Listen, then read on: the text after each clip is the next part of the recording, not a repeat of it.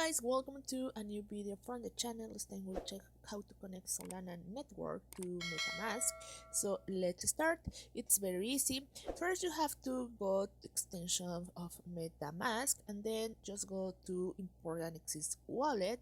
Here just press agree. Well, now that we have our account on Metamask and we are on our wallet, we are here.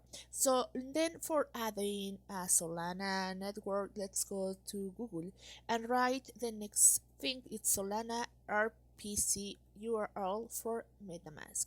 And then just click in the first option that be Solana RPC.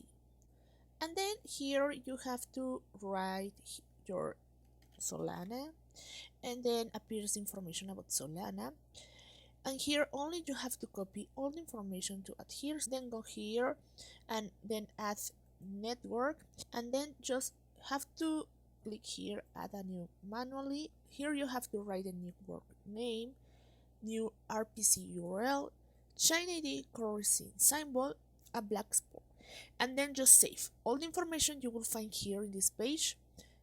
And after you do it, just save and you add Solana on Metamask. Well guys, I hope it works for you. Thank you for watching this video. Remember to subscribe and give a like to this video.